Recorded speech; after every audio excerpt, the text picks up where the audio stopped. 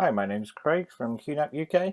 Today I just wanted to do a quick supplemental follow-up video to the Plex Media Server setup video that we already have on the channel. That was set up using our QTS-based operating system, so this time I want to show you basically the one difference that you will come across when using Plex Media Server on our QuTS Hero operating system. So here is a fresh install NAS. Very little already done on this one. I'll give you a little overview of the config just so that you can see. This is a TVS-H1288X. Couple of things in here. So in the disks I've got a couple of M.2 NVMe's set up as the system drive. And I've also got some Seagate Ironwolf Pro 12 terabyte drives in a RAID 1 there as the data volume as well. So I've got NVMe's from Seagate there, and I've got hard drives as well. So that's the basic setup. I don't have any cache acceleration enabled or anything like that with this unit. I'll show you how I've got the storage configured. So here inside the storage and snapshot section, I've got my main storage pool. I've got a supplemental storage pool. Down here we've got the one with the hard drives. At the top we've got the one with the SSDs, and just because this is a demo, I've put my data file, my movies folder, in a share here called movies. So this is the bit that is different when it comes to QuTS Hero. Navigating your storage on QTS was very easy. You simply go into the shared folder where all the shares are, and you can see them in a list. With QuTS Hero, each share gets its own volume effectively, so you have to navigate through the different volumes to find it. So here I've got one called movies. If I go look inside that movies folder, inside file station here, so here's the movies one. I've just got a few trailers added in here. So here within the trailers folder we got a lot of different movies, but it's just the movies share with some movies added into it. There's no extra folders within there. But the thing we're going to look for is a folder called movies with a capital M at the start. That's what we're going to look for. So if I open up Plex Media Server, all I've done is install it and gone through the wizard, but I didn't add any libraries into the wizard. So here the home screen is empty, so the first thing we're going to need to do is add in a library. So we want to add one for films or movies. So if we scroll right down to the bottom here, we can manage the libraries, and there's 0 libraries added, so we've got no content added.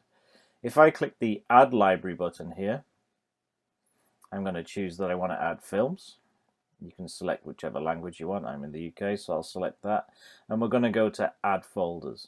Now, when you click Browse for Media Files, there's nothing here that looks obviously like it's for movies with the capital M that we added. There's a lot of these ZFS with a number underscore data folders, and this is where each of the shares are stored. So as we start clicking through, we can see there's the web share that we had. As you click through, there's the public share. So you've basically got to keep clicking through all of these ZFS number files until you see the one with the folder in it that you want to do. It will be different each time. These numbers are assigned as and when you create them. So the first 3 sections that are created are the default created shares.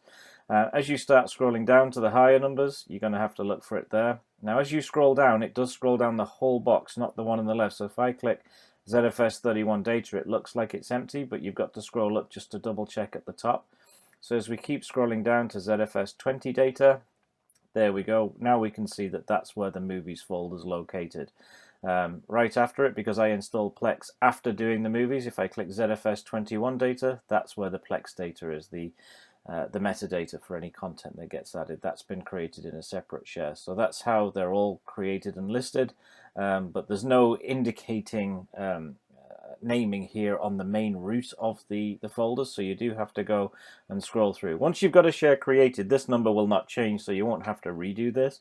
It's just if you ever wanted to add another library, you might add a new library and it might come up as ZFS25 underscore data, something like that. So you've just got to look through to find the name of the share that you created. So if I select that one, I can see there's the movie files inside it, so we're going to add that one.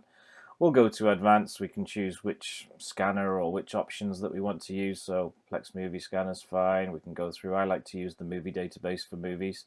So we can scroll down and we can just click Add Library. So that's going to go off and look inside that new library that I've just added. It's going to try and update the thumbnails, grab the metadata for that content. So if we go back to the home level and go to films, so we can see that it's already added quite a lot of them, and it's going to keep doing the rest of them as we're looking at it. So that's really it. That's the only thing that's different with QuTS Hero compared to QTS. So QTS is just organized a little more simply, where you just navigate to the share and they're all listed in one place, very obviously. With QuTS Hero, just with the architecture of how the ZFS file system functions, each share does get its own volume effectively. So you do just have to browse through those namings that we've got. There's no way to find those namings out when you create a share, so you do just have to look at it that way. As we don't create the Plex software, we can't influence how easy it is for it to set it up or to navigate the folders, so there's no automatic way we can do this, so you do just have to look through the numbers to find it. Okay, if there's any questions whatsoever, please let me know and we'll get back to you as quick as possible. Thanks a lot. Bye.